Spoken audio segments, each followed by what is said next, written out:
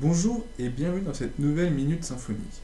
Alors aujourd'hui, on va voir comment on fait pour utiliser les macros avec Twig. Donc dans un premier temps, je vais vous exposer ce que j'ai fait préalablement. Un test 1, un test 2, une méthode qui renvoie une vue layout 1, une autre méthode qui renvoie une vue layout 2. Le layout 1, le layout 2. Jusqu'ici, je ne dois pas vous perdre. Alors le but c'est d'utiliser, donc comme je disais, une macro. Le but d'une macro c'est éviter de dupliquer du code inutilement sur plusieurs vues. Alors on va tout de suite commencer en créant un dossier macro. Donc là je suis dans le bundle demo bundle, voilà, c'est comme son nom l'indique, c'est une démonstration. On va créer une jolie vue. Hop, et on va l'appeler ici, on va l'appeler macro. Hop. Voilà, on va retirer tout ce qu'il y a ici, voilà. Alors, j'avais préalablement préparé un petit code. Imaginons que nous voulions mettre, voilà, ce texte ici, afin d'avoir un retour à la section. Donc si on fait ça et qu'on actualise le test 1, hop, on va avoir retour à la section précédente, et logiquement on devrait avoir un lien qui devrait être affiché. Donc on va mettre, hop, pour tester, ici, et vous allez voir qu'on va avoir un joli lien, voilà. Donc le but c'est d'éviter de répéter ce code à l'infini sur tous nos templates. Vous voyez que c'est pas très joli d'avoir du code redondant. Si on doit modifier demain cette classe-là, on va devoir passer sur tous nos templates. Alors, on va apprendre les bonnes pratiques et on va retirer tout ça. Maintenant, on va aller dans notre macro.html, on va coller notre joli petit code que nous allons répercuter dans tous nos layouts où on a besoin. Maintenant, vous vous doutez bien qu'il faut rajouter quelques petites choses pour pouvoir l'introduire dans plusieurs templates. Alors en fait, on va utiliser une balise qui a été prévue cet effet, tout simplement macro, et ensuite on va lui dire les paramètres qu'elle va prendre. Donc, dans un premier temps, on lui donne le nom, donc on pourrait lui dire back, puisqu'elle est au retour à la section. Elle prendra en paramètre ici donc le path, hop,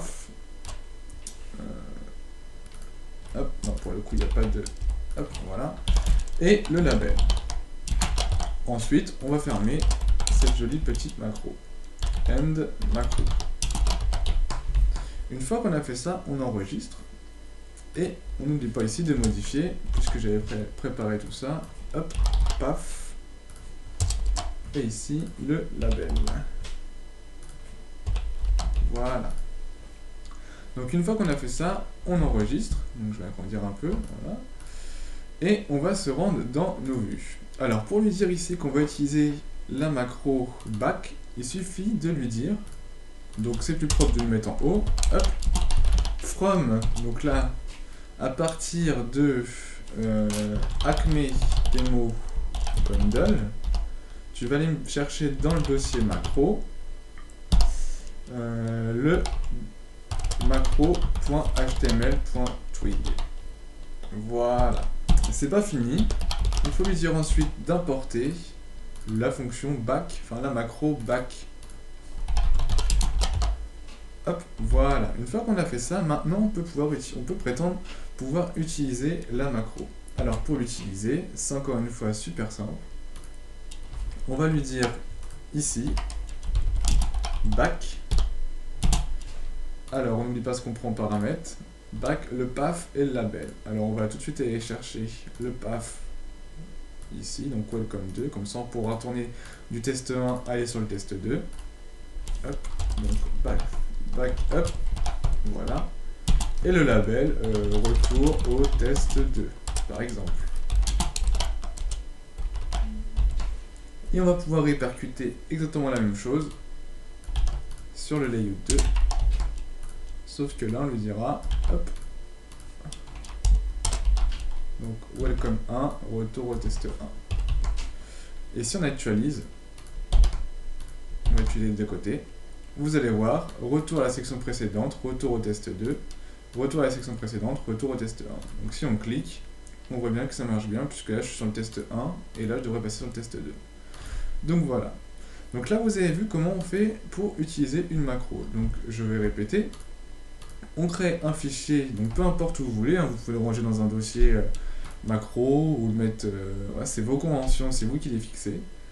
Vous n'oubliez pas, donc on déclare un peu comme une fonction, donc macro, donc ça c'est le type qu'on va utiliser, le nom de la fonction et les paramètres. Donc vous pouvez mettre autant de paramètres que vous voulez.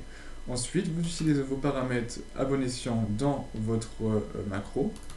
Et une fois que vous avez fait ça, vous n'avez plus qu'à appeler dans votre vue où vous voulez utiliser la macro, la ligne from, vous allez chercher le fichier en question, et là vous n'oubliez pas d'importer la macro.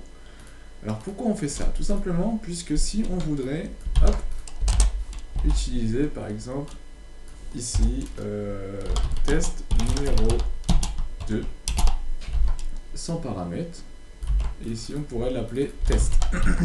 Si je fais ça, vous allez voir que si je veux l'utiliser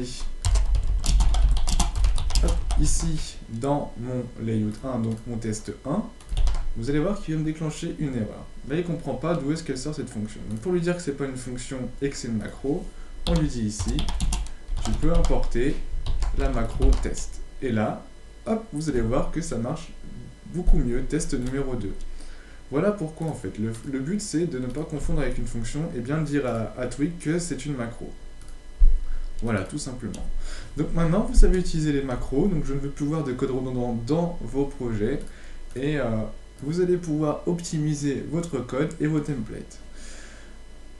Cette Minute Symfony s'achève, je vous donne rendez-vous au prochain tutoriel, du moins à la prochaine Minute Symfony 2. Et comme d'habitude, bon courage pour la suite.